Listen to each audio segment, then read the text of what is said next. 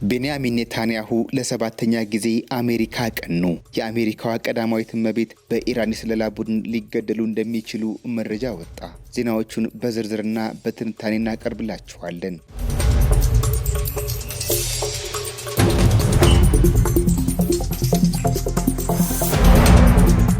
የእስራኤሉ ጠቅላይ ሚኒስትር ቤንያሚን ኔታንያሁ በዛሬው ዕለት ከአሜሪካው ፕሬዝዳንት ዶናልድ ትራምፕ ጋር በነጩ ቤተ መንግስት ተገናኝተዋል። ሁለቱ መሪዎች በጋራ በመሆን በኢራን ላይ የጋራ ጦር ካወጁ በኋላ ሲገናኙ ይህ ለመጀመሪያ ጊዜ ነው። ፕሬዝዳንት ትራምፕ ዳግም ስልጣን ከያዙ ወዲህ ማለትም በ18 ወራት ውስጥ ኔታንያሁ ዋሽንግተን በማቅናት የትራምፕን እጅ ሲወዘውዙ የዛሬው ለሰባተኛ ጊዜም ነው። በስድስተኛው ዙር ሲገናኙ እስራኤል የሚያጓራ አንበሳ፣ አሜሪካን በበኩሏ የታላቅ ጀብዱ ዘመቻ በሚል የጠሩትን የጣምራ ዘመቻ ለማወጅ 2 ሳምንታት ብቻ አስቀርተው ነበር። በትናንትናው ዕለት ከቴል አቪቭ በመነሳት የአትላንቲክን ሰማይ ዝቅ አድርገው እየተመለከቱ አሜሪካ የተገኙት የ77 ዓመቱ ኔታንያሁ በበረራቸው ሰዓት አንዳች ጥቃት ከኢራን እንዳይሰነዘርባቸው የእስራኤል የደህንነት ተቋማት ስጋት ነበራቸው።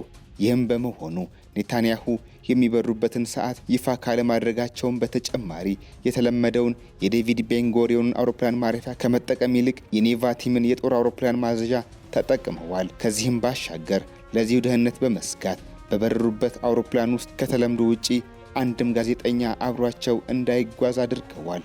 ኔታንያሁ አሁንም ቢሆን በኦቫሉ ቤተ መንግስት ከትራምፕ ጋር ተገናኝተው የመከሩት በዋናነት በኢራን ላይ ስለሚኖረው ቀጣይ እርምጃም ነው ተብሏል። ትራምፕና ኔታንያሁ መገናኘታቸው በተሰማው በዛሬው ዕለት ኢራን የአሜሪካዋን ቀዳማዊት እመቤትና የዶናልድ ትራምፕን ሚስት ማሌኒያ ትራምፕን ለመግደል ያለመ ወይም እንዴት ሊገድሏቸው እንደሚችሉ ያመላከተ ተንቀሳቃሽ ምስል ተሰራጭቶ ውሏል። የእስራኤሉ ጀሩሳሌም ፖስት የኢራንን ታስኒም የተባለውን ወታደራዊ መረጃዎችን የሚያነፈንፈውን የመረጃ ምንጭ በመጥቀስ እንዳስነበበው ማሌኒያ ትራምፕ በኒውዮርክ ሱቆች አዘውትራ የምትንቀሳቀስ በመሆኗ ለጌጣጌጥ ግዢ በምታዘወትርባቸው መደብሮች አንዳች መርዛማ ገዳይ ነገር በመጠቀም ጠባቂዎቿንም እሷንም መግደል እንደሚቻል ያመለከተ ነውም ተብሏል። ለዚህም የትራምፕ ባለቤት የፋሽን አልባሳትና ጌጣጌጦችን በእጅጉ የምትወድ መሆኑ የኢራን የስለላ ቡድን ጥሩ አጋጣሚ እንደሚሆንለት ግምት ወስዷልም ተብሎለታል። ኢራን በሰላዮቹ አማካኝነት ማሌኒያ ትራምፕን ከገደለች በኋላ ይህንኑ የግድያ ተግባሯን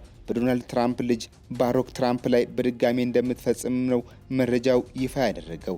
የአሜሪካ ባለስልጣናት ከኢራን ለተሰማው የቅድመ ግድያ ቅንብር በይፋ ምላሽ የሰጡ ባይሆንም ግድያዎች በምንም ሁኔታ ላለመፈጸማቸው አረጋጋጭ ወይም አስተማማኝ ነገር የለም እየተባለም ይገኛል። ለዚህም በራሳቸው በዶናልድ ትራምፕ ላይ 2 ጊዜ የተደረገው በጦር መሳሪያ የታገዘ የግድያ ሙከራ አብነት ሆኖም የሚቀርብ ነው። ከቴል አቪቭ የሚወጡ መረጃዎች ኔታንያሁና ዶናልድ ትራምፕ ኢራንን ማንበርከክ ጨምሮ እጅግ በጎ የሚባል ውይይት አድርገናል ሲሉም ተናግረዋል። ሲኤንኤን ላይ እንደሰፈረው መረጃ ሁለቱ መሪዎች በምንም ሁኔታ ኢራን ኒውክሌር እንዲኖራት አንፈቅድላትም ብለዋል።